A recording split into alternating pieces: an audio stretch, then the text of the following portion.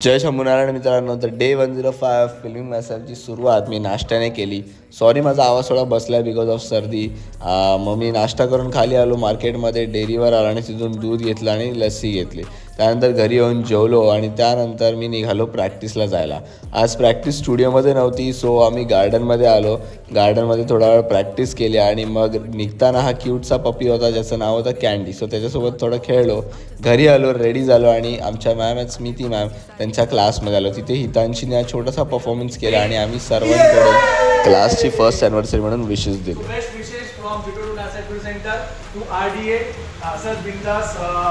भारत रहा लहानला कलाकार संधी द्या. असेच तुम्ही कलाकार आहात म्हणून आम्ही आहोत. एरियामध्ये कलाकार संधी द्या जेणेकरून लोकांना बेनिफिट होईल आपल्या क्लासचा. So yo thank you so much side blogger. तर भेटूया उद्या. तुम्ही करा लाईक, कमेंट.